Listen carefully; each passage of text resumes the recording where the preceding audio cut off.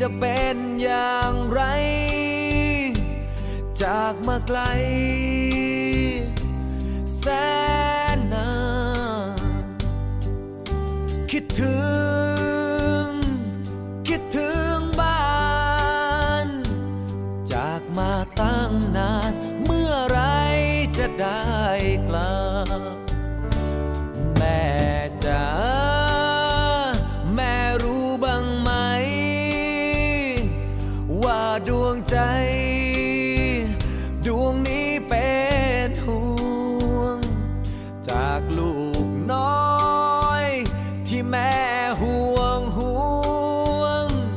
อยู่เมืองหลวงสิวิไลใกล้บ้านเราคิดถึงแม่ขึ้นมาน้ำตามันก็ไหลอยากกลับไปซบลงที่ตรงตักแม่